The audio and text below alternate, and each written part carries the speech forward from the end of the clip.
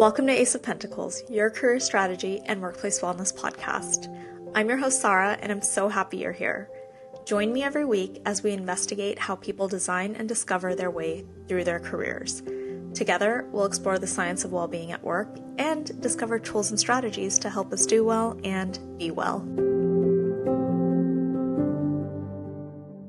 Hey, Dr. Hillman, welcome. Thank you. Thank you very much for having me. Dr. Hillman, you've developed a framework that helps individuals, teams, and organizations gain a deeper understanding and awareness of themselves. It's meant to bring their motivation, mindset, and values to the surface so they can navigate challenges that typically do come up in the workplace when working with others in a more empowering way. Before we dive into that, I'd love for you to tell us a bit about yourself and what you're doing today, how you got here, how you developed that framework. Sure. So I've been working with archetypes for almost 50 years, since I was a teenager, and my mother was really interested in archetypes. My father, of course, was the founding voice of archetypal psychology. So, someone once said I was marinated in archetypes since an early time, and archetypal thinking comes very easily to me and naturally maybe. And so I was curious about, what are the underlying things that motivate us, that get us moving. There's different ways to map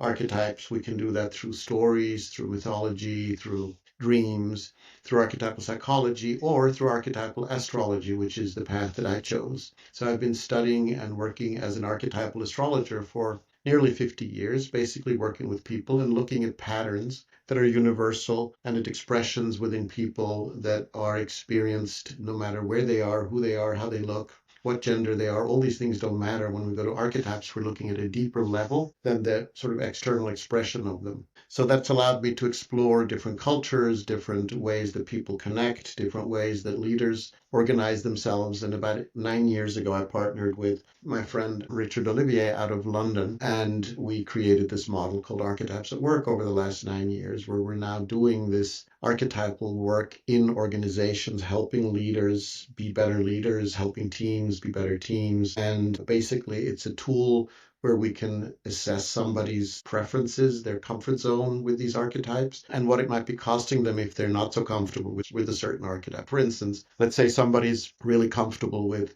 their warrior, and they think that's the archetype that is really good for being in business. You got to kill the competition and always win everything and be a badass at work and these kinds of things. A lot of leaders have that idea. And so if that's your go-to archetype, we all have 10 in us in this model. But if that's the one you prefer, the one you like to step into the most comfortably, then you are also, on a bad day, going to overplay that and become a bully and scream at people. And if you have that as your least favorite of the 10, if that's the one you're not so comfortable with, if you don't really know how to step into your warrior, then it is a cost to you that perhaps in meetings people overlook you or walk over you or don't listen to you, don't know how to be firm or how to defend yourself or defend those who can't defend themselves and these kinds of things. So basically, these are 10 inner characters is the idea of the model. And it's grown on me and on us and on those using it over time to become really embodied characters. And it's an embodied language. It's not just a theory in our head, but we feel them, we experience them, we speak as them, and we become them. These are universal voices, if you want, that we can recognize in any culture, in any person, once we go to that level of depth. So it's a tool. Archetypes is a way of seeing as a tool to understand better what's going on in a room, in a situation, in a team, something like that, and then to act accordingly, which we can get into. How do we do that? How do we actually change our behavior based on archetypal knowledge? Yeah. Well, I took the Archetypes at Work assessment, and I'm going to be officially becoming a certified debriefer for the assessment, so I'm excited. It really resonated with me. My report really resonated with me. So before we dive in deeper, I'd like to ask you to help explain what is an archetype for those folks who are listening who actually don't have any idea. Of course. So now I gave you a practical example of the warrior as an archetype, but archetypes are essentially human experiences that are universal. So if I say warrior, it doesn't matter where you go in the world, what culture you look at, what person you talk to, everybody knows that archetype. Everybody knows and has their own idea of what a warrior is. But no matter all the different images of the warrior that are out there and the different ideas about the warrior, we all agree what warriorness, sort of what the underlying, um, what makes a warrior and not a dreamer. There's a difference. And so I'll list the 10 for you real quick. And these are universal principles that anybody can understand in any cultures. I've worked in many countries with these, and it doesn't matter where you are, people get it. So there is the sovereign, there is the strategist, or the sovereign is sort of our core, our sense of independence and self-worth and purpose gives us a sense of we make meaning often through the sovereign. The I am part of us. The strategist is the organizer, the part of us that organizes. We immediately recognize, oh my gosh, I'm such a mess. I never get anything finished. I sign up for all kinds of things. I never follow through. Those are people who don't have easy access to their strategist. Or others who are overly uptight and overly rule bound and so forth might overplay their strategist a little bit. So you very quickly start to be able to play with this, like an inner cast of characters that you have. And then you can recognize your comfort with them. After the strategist, we have the nurturer, the part that cares and embraces and holds. And very often you find that a leader, for instance, who has a lot of warrior is not very comfortable with their nurturer.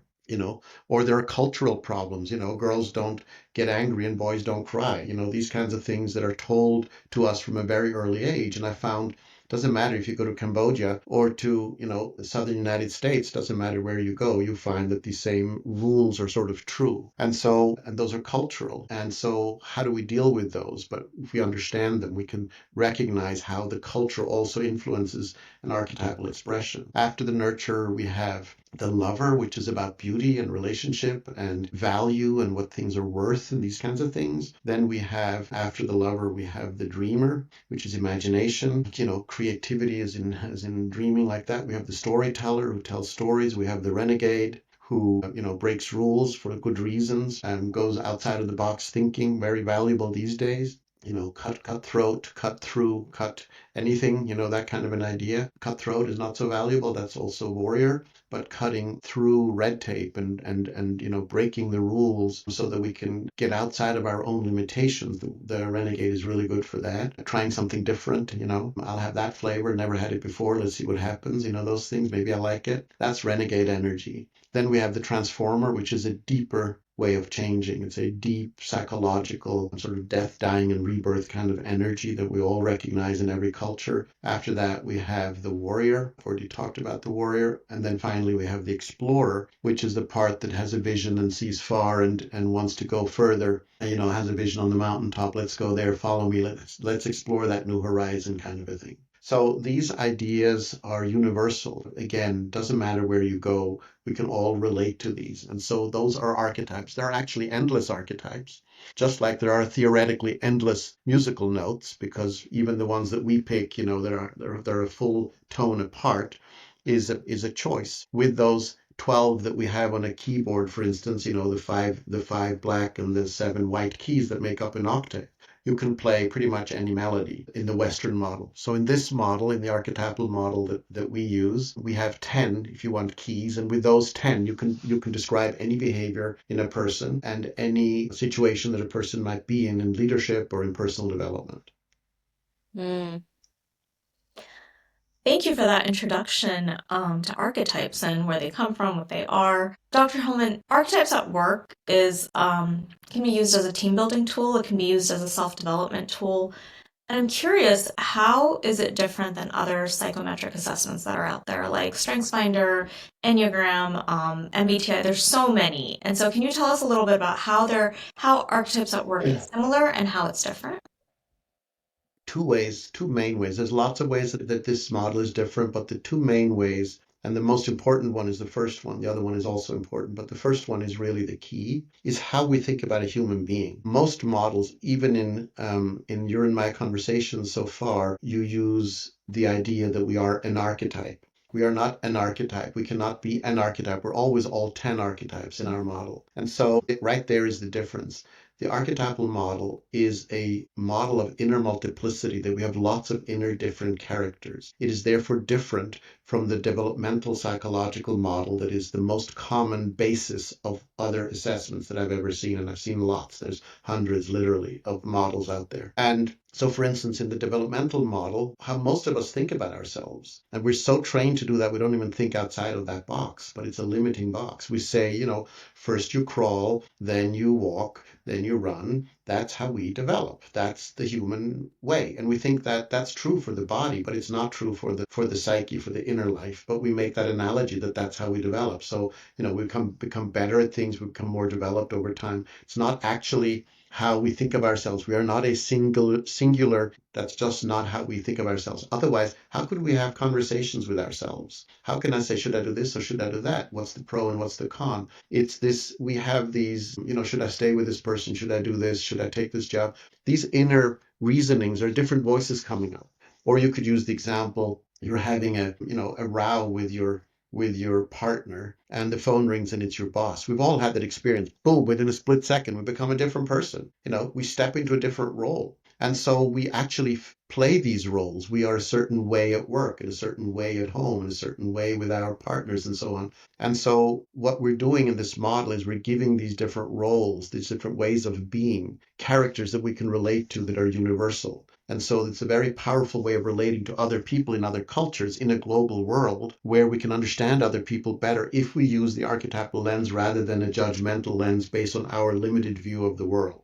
And so it's a bridge making tool in that sense. So that's what it's a big difference. So we think of ourselves as being multiple inside, as being complex, as having many different voices that are all there and can all show up and step forward at a certain time. Within that model of an archetypal way of thinking of inner multiplicity, each one of those can then be separately developed. So if I am very uncomfortable with an archetype, for instance, nurture, and I'm a driven leader, and I think the warrior is the only thing that works as a leader, and let's say I'm a guy, and I met many of these guys, that's why I'm using that example. And so nurturing doesn't belong to me. That's not what I'm here for. I'm a leader, who cares about nurturing? Well, guess what? That company will very likely, under this leadership, have a really high turnover because nobody feels like they belong there. Nobody feels like they're family. Nobody believes that they are important, really. They're just cogs in a machine. And in the long term, people then leave. Well, turnover has a real cost. So a leader might say, you know what, this is a problem. I need to up level my nurturer. I've seen this happen. And then we can develop that part of that. And so that's each one of the archetypes can be individually developed. And by the way, this model easily explains why you can have a brilliant professor who cannot match her socks, because that part isn't as developed, but another part is very developed. So this is actually how we experience ourselves. We're not singularly developing. We're developing in different levels with different parts of ourselves. There are psychologies now that are catching up with this, like parts work and internal family systems and so on, that are dealing more with this inner multiplicity than in the past. But it's a very traditional way of looking at the human being as being a singular individual. That's the developmental model that is extremely popular in psychology today. Yeah. But it's not the only one. So I'm bringing in a different one, which is based on archetypes. And archetypes themselves, I didn't say that before, but we can thank, Carl Jung for that, the Swiss psychiatrist. We can thank him for archetypes because he came sort of up with that term. It's not really his invention, but he popularized it. He brought it to psychology in a new way. And so that's a gift to all of us. So he brought up, now we use different archetypes in our model than Jung did and so forth. Like I said, there are endless archetypes, but we use 10 because that creates a solid system that is easily understood and that is complete in itself. Yes, and I think it's also with the 10 archetypes that are in the Archetypes at Work model, I think they're all very relevant and you can see them show up very easily in the workplace. What I like about the assessment is, and the report is the emphasis on the context and the situation. And so, can you tell us a little bit about, you had said, you can develop each one of these, and that's your work, it's what you do. Can you tell us a little bit about how archetypal coaching works? Yeah, archetypal coaching starts by doing an archetypal assessment. And what the assessment does is it's not about good or bad or right or wrong. The assessment simply tells you, we call it the archetypal preferences report. It tells us how comfortable you are with these archetypes at this time, right now. And so, for instance, somebody may say for instance, in your case, you took the APR. Can I use you as an example? Yes, please do. Okay. So you had, remind me, but I think you had Dreamer at the top. And then what was the second? Was it Lover Love. And then Transformer. and Transformer third? And then the bottom two were Strategists, and all the way at the bottom was Warrior. Is that correct? So in the APR, we usually talk about the top three and the bottom two because it gets complex. We call the middle ones the supporting actors, in the play, and the top ones we call them lead actors, the ones we're the most comfortable with, and then the bottom ones we call them the most offstage or more offstage actors. Again, thinking of them literally, sometimes I tell a client, that part of you is in the green room taking a nap. It's not really part of the play. Well, what's the cost to you for that being like that? And it's very easy usually for people to come up with what they don't have and what it's costing them. And so, for instance, let's say someone has Warrior at the bottom like you do, and we haven't done a debrief, and this is not a debrief. It would be much more intimate and personal and one-on-one kind of work. But just as an idea, here I would be talking about where in your life are you assertive if there is a part? And how could you take some of those things you do when you are assertive, maybe in a very different part of your life than at work?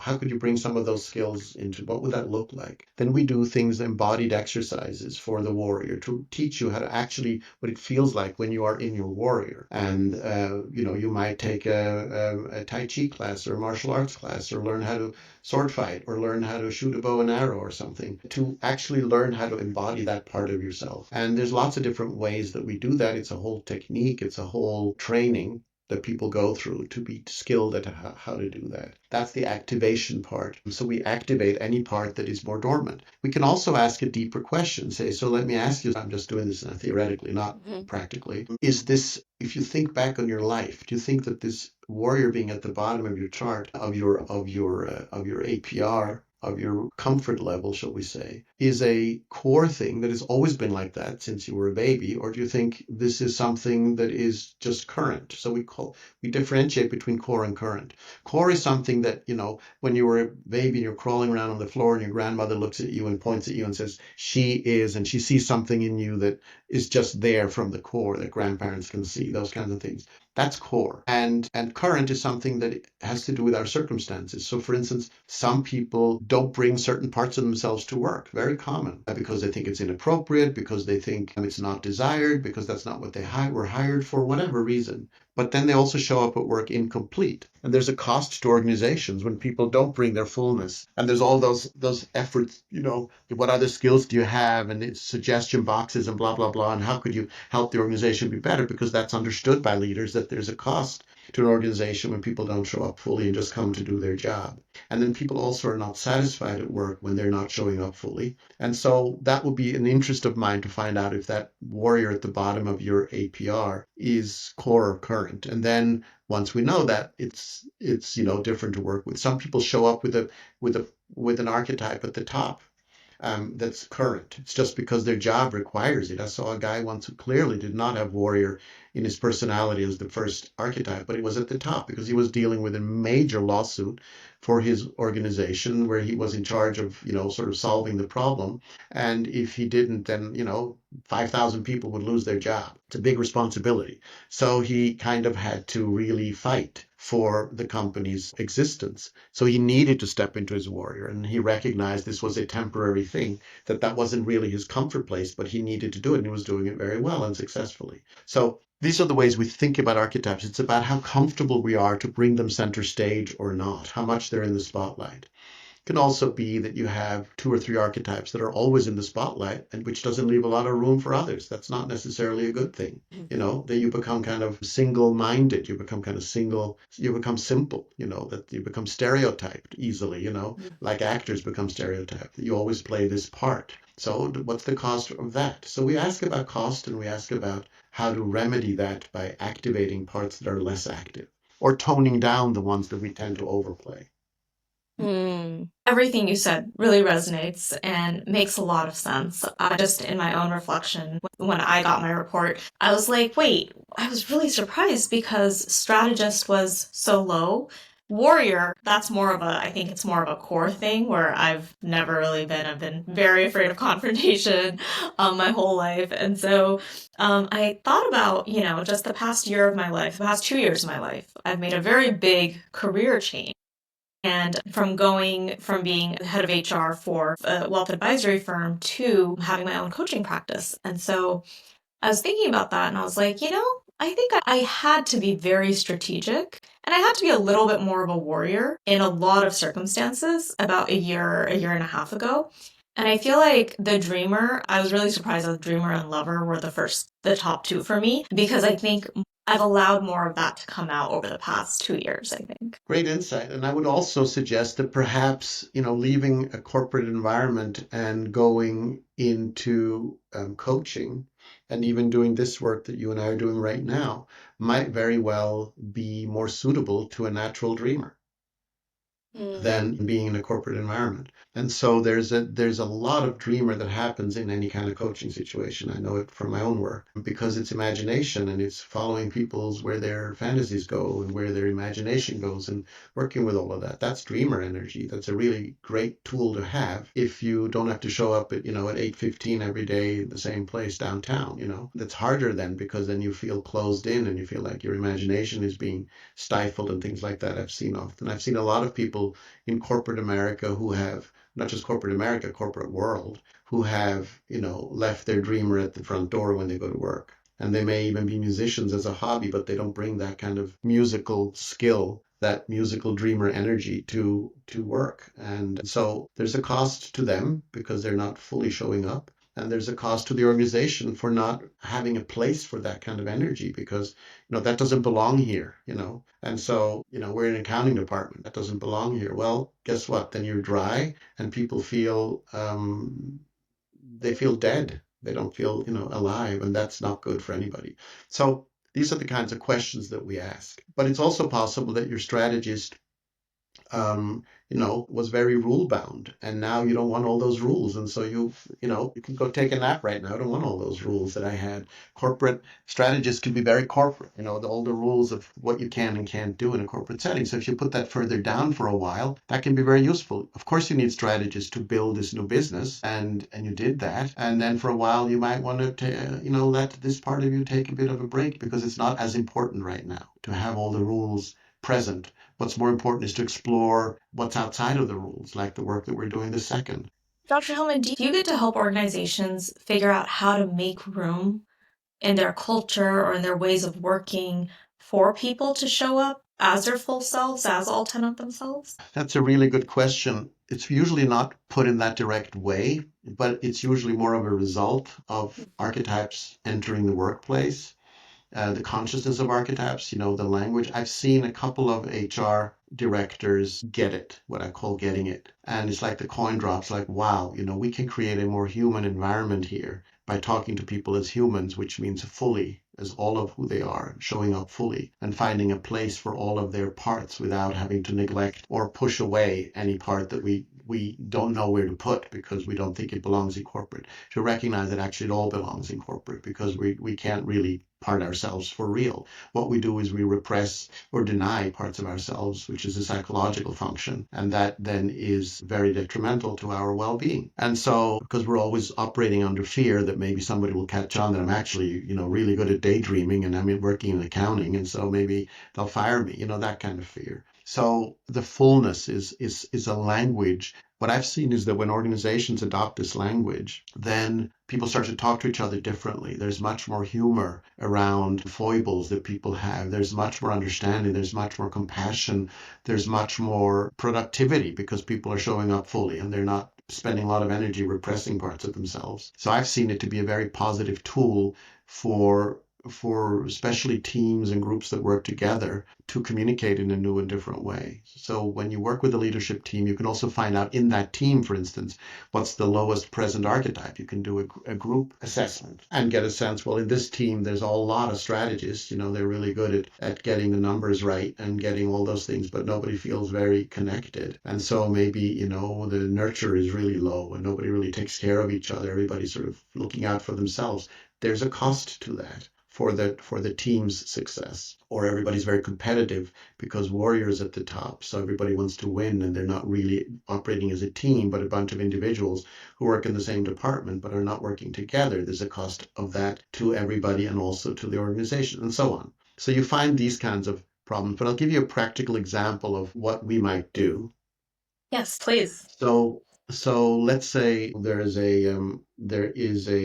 remember this particular story. There's a R&D department, large organization. Leadership looks at the numbers and realizes, wait, we've been giving the R&D department 30 people, millions of dollars over the last 5 years, and actually nothing new has come out of that department. Well, that's their job. What's going on here? So they kind of freak out. Maybe we should just close the R&D department. Oh, wait, then we're not competitive, and everybody's kind of panicking. So they call us. We do an assessment, and it turns out on each one, and it turns out that of the 30 people, nobody, including the person in charge of the department, nobody had renegade in the top three. In other words, nobody was very comfortable with their inner renegade. Now, we don't have to spend a whole lot of time, effort, and money to figure out why. Is it because they were slapped on their hand when they were a little child and they were told, hey, don't step outside of the box? Is it because they're afraid if they wear blue hair to work, they'll get fired? We don't know why.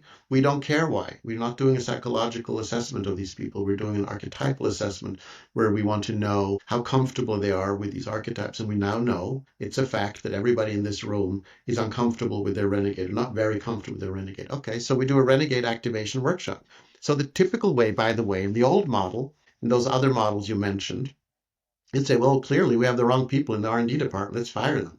Well, firing 30 people is hugely costly, is traumatic for a lot of people, and is a really bad idea for corporate culture and morale, et cetera. You know that, having worked in HR. So that's not the solution. We say something different. We say, look, everybody has a renegade. That's in the model. It's just that these people, these 30 people, for some reason, are not activating, are not showing, are not stepping forward into their renegade. We don't need to know why, as I said. So we go in, we do a 2-day workshop, we activate the renegade in them. We have some follow-up work over time where we make sure we check in, they check in with each other, and blah, blah, blah. There's a whole new sort of permission to bring the renegade forward in the R&D department, kind of important. So within 6 months, they came up with a quite well-known product that they invented. So that's an example of how you can use this work very practically and quite simply and inexpensively, as opposed to firing people, is to activate a part of them that we know is there, we assume is there. Yeah. I'm thinking of all the times that I was in a situation like that where, archetypes at work would have been something that we definitely needed, we could have used. And I'm just like, wow, we could have saved so much money and so much time and so much effort. You know what? People think it's fun. People like it because I have been told the one line that I've gotten more than anything else, having done debriefs in many countries, is no one has ever talked to me like this in the corporate world, ever. And that's a lovely thing to hear, especially if you're interested in soul and deeper work in people, because people are used to being judged, being told what their strengths are but not their weaknesses, and these kinds of things. But that brings me, by the way, to the other thing that differentiates this model. I promise you two differences. First one was multiplicity. The second one is that we deal with shadows. And most models, like if I'm dealing with strengths, I'm telling you, hey, you're great, and you're patting on your back, your shadows may be way, way, way more difficult for you than building your strengths. It's just telling you what you're good at. That's wonderful. But what you're not good at could be costing you a lot and be costing the organization a lot. And so we deal with that directly in a encouraging way of personal development rather than in a judgmental way of telling you you're bad. Or also there's not this idea, well, you're good at these things, so you should be doing this. Well, all the other stuff now is out the window and that's not for you. We don't think like that. And I have noticed, especially leaders, absolutely hate to be put in a box and to be labeled in any way, shape, or form. So if you give them a number, say, hey, you're an Enneagram 6, whatever else, this is what that means, they flip the lid. That is not a good idea. And I know the Enneagram is more complex than that. There's some things, but basically the Enneagram is a typology. A typology means I'm a this and therefore I'm not the other things. The typology by definition is always going to be exclusionary. So in the Myers-Briggs, if I walk around saying, hey, I'm an INTFJ, I'm not, but let's say I was, I don't even know what I am, but let's say I was, then in that model, then that's one of 16. That means I'm automatically not the other 15. I've just separated myself from the group. And then, I team up with others who are INTJs. Yeah, we get lots of great, we're so this or we're so that.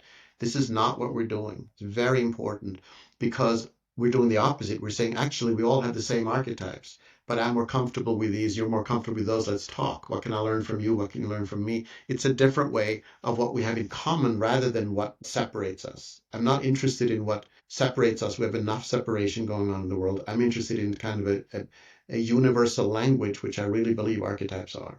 I have called archetypes the human genome of the soul. Think about that for a moment. It's like a genome. It's what we all share. They are recognized instantly on a soul level. Yeah.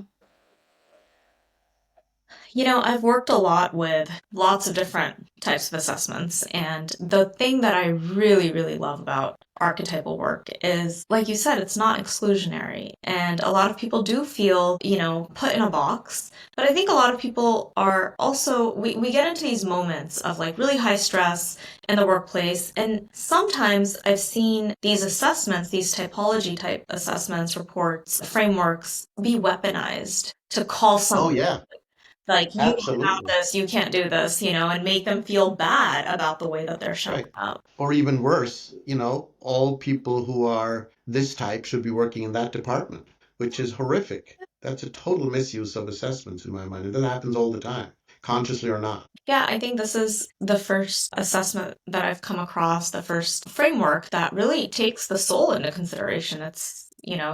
Yeah, I like to think that we bring soul work back to the corporate world. I like to think that that's what we're doing without it being a big kind of a woo kind of a thing, but it's actually what's happening because I'm seeing people change. I'm seeing people, lighten up. I'm seeing people love their job in a new way and be connected to what they're doing in a new way because they're looking at it archetypally. I'm seeing all kinds of, meaning making. We're meaning making creatures. And if there's no meaning in what I'm doing, then I might be doing something demeaning, to me. And that's a good pun there.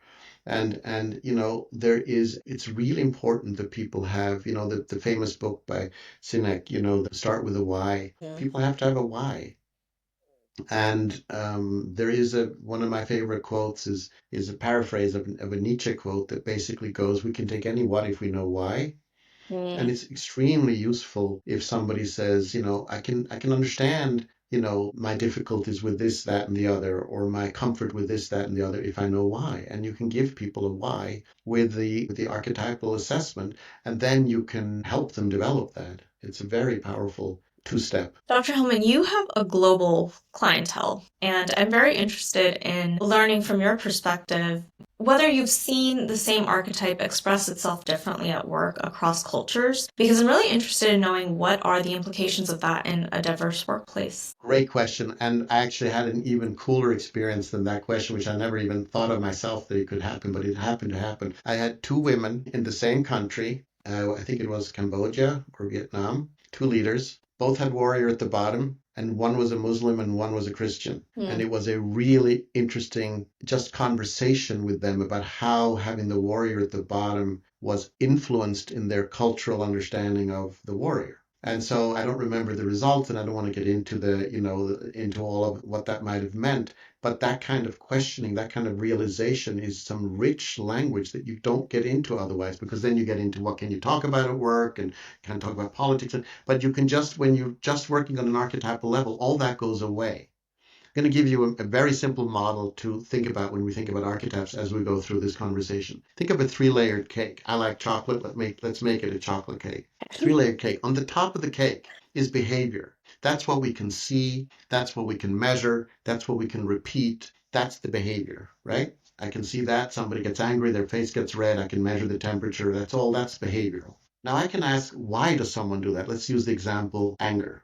I'm always angry. Let's say that's my behavior. So I can just do that all my life and never ask the question, stay in the level of behavior. But I can go deeper and I can ask, why am I always angry? And then I can answer that from different perspectives. I could take a psychological thing and say, I'm angry because when I was a child, I was hit, or, my parents were angry, or something like that. Use whatever psychological explanation I want to use to explain the behavior.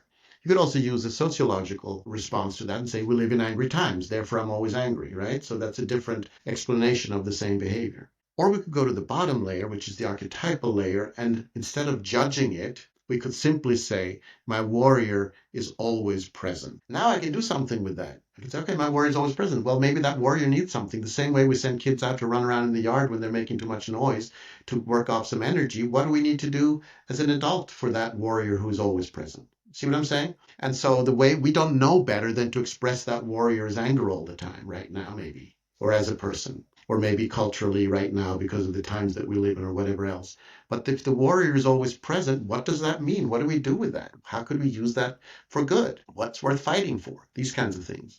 So that's the way to deal with um, the archetype on a ritual level. So what I've noticed is that yes, there are deeply cultural things that are universal. To answer your question, for instance, boys don't cry and girls don't get angry. Those kinds of things are universal. It doesn't matter where you go, you find that.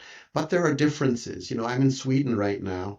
And it was really interesting. I was at a sort of a med stop kind of a place yesterday for something, and I saw the sign on the wall, which I thought was really interesting. And it was basically a hotline to call if you'd been sexually molested or attacked or hit by your partner, except it was for men.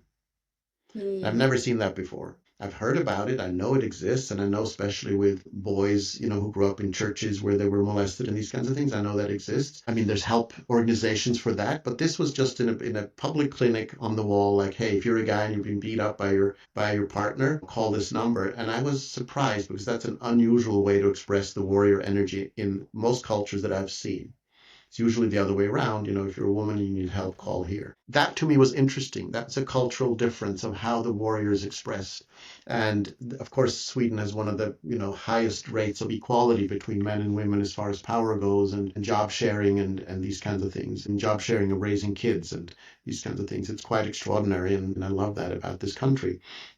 So that's something that I and the more, you know, and you could kind of go with, depending on how old fashioned or how conservative a country is in their sort of general sense of who they are, that's going to make the role models, for instance, between boys and girls much more traditional, and there'll be less of that equality. So those are some of the ways that you find the archetypes express themselves, or that we assign certain roles. You know, girls shouldn't do, you know, STEM and boys shouldn't do nursing and those kinds of things. You know, that you still find that, of course, all over the world massively. But the more, especially with the younger generation, especially with Gen Z, a lot of those things do fall away, even though they're coming up in a world that still has a lot of that. And right now there's a massive movement backwards in time to, you know, go back to the 50s in many countries. And that's temporary in my mind and isn't going to last. But it's strong, and it's based on fear of not understanding what equality really means between the sexes. So that's one area you see it in the difference in gender roles. You also see it in in the influence of religion in how they affect archetypes, the example I just gave you before. You also see it in sort of the notion of self. You know, some cultures aren't very big on individuality or on self. It's more, you know, we're part of a collective and we don't really think about me. And so these kinds of things do show up and they make a difference. But the cool thing is that those are actually all on the middle level to me. They're cultural influences on our behavior. And we're going to the archetypal pattern where that no longer matters. And then we can translate it through the culture to the behavior to understand what the person is doing. But if we have that language, if we have that skill to read the archetypes on the deepest level of the cake, we have a foundation that is profound and universal. It doesn't matter where you go, you can recognize the same things in different cultures. That was Jung's big gift when he traveled around and he found out that people are using the same kind of archetypal language all over the world. Yeah.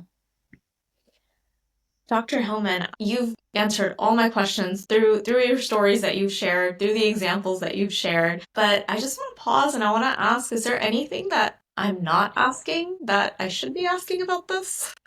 Well, one thing would be to how would an organization that's interested in this, you know, do the work? And the best thing would be to connect with me directly. You know, you can feel free to leave my email and I will talk to people directly. People can go to the website and look at what's going on there. It's archetypesatwork.com, or they can go to my website, laurence.hillman.com, and just see the work that I do. But the Archetypes at Work is where we do the work in the corporate world, where we bring it out into the world. I do all the work through my partnership with my partner's business in London. He brings the mythodrama part to it, the physical embodiment of it, the leadership development part to it. I bring the archetypal model to it. And we put that together to this very powerful tool called Archetypes at Work. It's a collaboration. And so the place to get it, if you're an organization that wants it, is to go to my partner's company, Olivia Mythodrama in London. And they are experts at doing this work in organizations. And I'm more behind the scenes than a one-on-one coach. I don't do a lot of in-room facilitation. I don't enjoy it as much as I like to work with individuals, just preference. And my partner Richard loves to work in teams and in groups and in big organizations and give lectures, and I prefer, and doesn't like to do one-on-one work. So we're a perfect match in that sense. We both have our specialties. But his organization has a whole team of trained people who are going out doing this work in large organizations, some of them, in the Fortune 200, and working with coaches and HR departments and so on, training them and teaching them how to do this work to activate archetypes in people. It's just as useful for personal development. I would love to be working more with it's just not enough time in a day, but to be working more with schools. This could be hugely useful for a teacher, very useful for not just teams of teachers but also for teachers with their students. It could be useful. There's not a field that I can think of, because it's a way of thinking. There's not a field that I can think of where it wouldn't be useful. And to activate whatever is necessary to create sort of a rounded approach where we actually use all of our parts, all of our skills, all of our gifts that we have that we often don't use for whatever reason. And so sometimes I think about it, a 10-cylinder car, and many people are driving around on 3 or 4 cylinders, many. And that's just a shame, because they're not living life fully.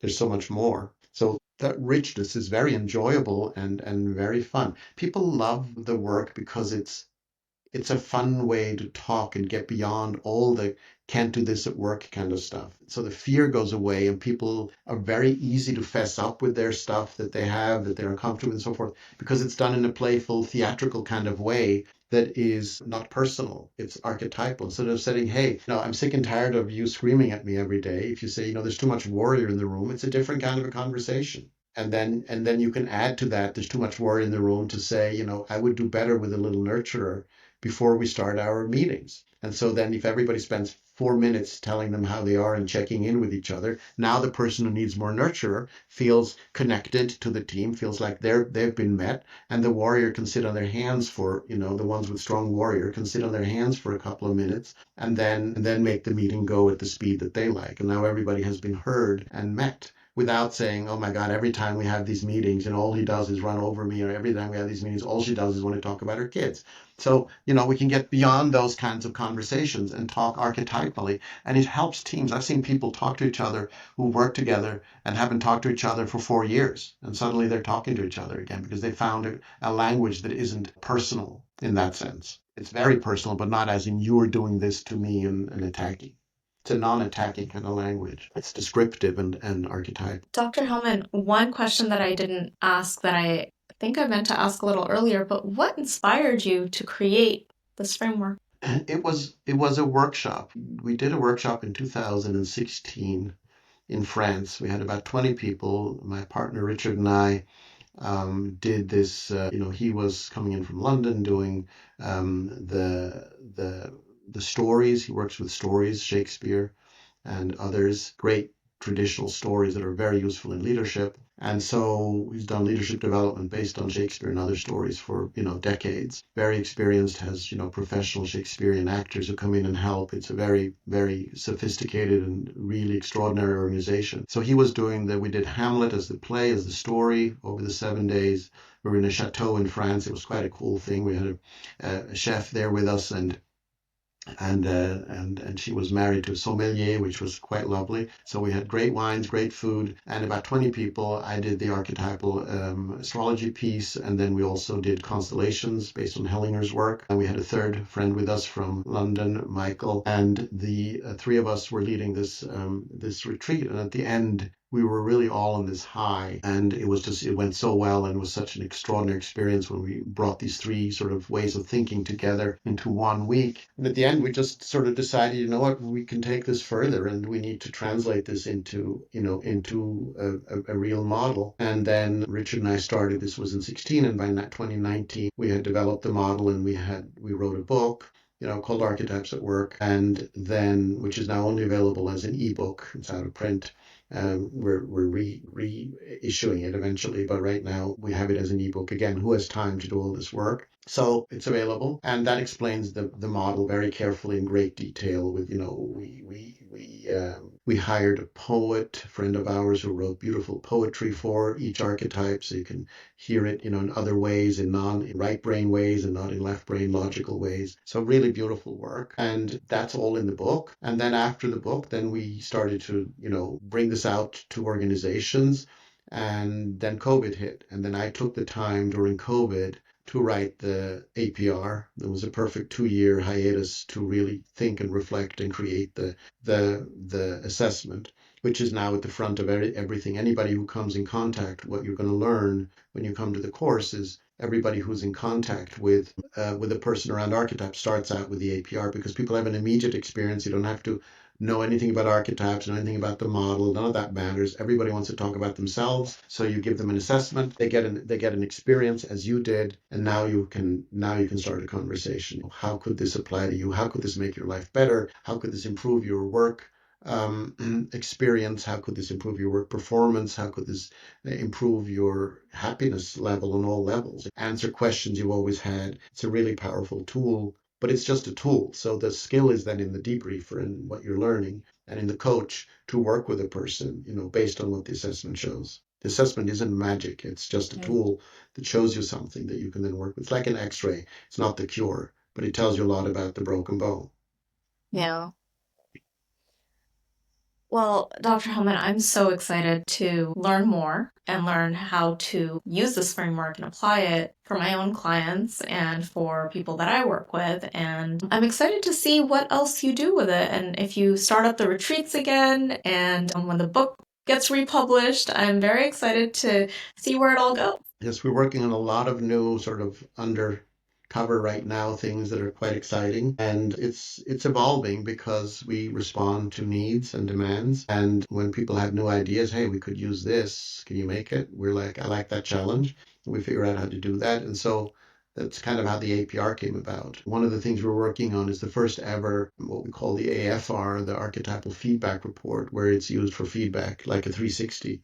An Archetypal 360 doesn't exist, and that would be a really innovative tool, especially when we deal with shadow, because we measure shadow in the assessment. So that could be very useful information. Never been done. I know lots of people interested in it. Human development is all of it. That's where it's at, and people becoming more aware and more conscious and more soulful in what they do and how they show up in their lives and at work is the key. That's why we do what we do. Well, thank you so much for doing what you do, and thank you so much for being here and sharing your expertise and your knowledge with us in this beautiful framework. And I look forward to seeing you in June at the training. My pleasure. If someone else wants to do the training, tell them to ask you or ask me, and then I can show them where that is. It's not too much. It's 6 hours by yourself online, watching videos and studying, and then it's 6 hours live, 3 times 2 hours with me in class, and then you do a debrief by yourself, and you send that to me, and I review it and give you feedback on it, and then you can start using the tool yourself. That's how it works. That's the model. Yeah, it's obviously any coaching experience you have, anything you've done with people is going to help you. Coming at it cold, as I don't know, an accountant, nothing against accountants, but you know what I mean with that, might be a bit of a challenge. But with experienced people who worked, professionals who worked with other people in some capacity, therapists, anybody who works with people, it will be very useful in my mind. So great. Thank you very much for doing this with me and for taking the time and for the interest, of course. I'm grateful, and I'm delighted to see you in class next month. All right. Thank you so much. Have a great rest of your My day. pleasure. Thanks. Bye-bye.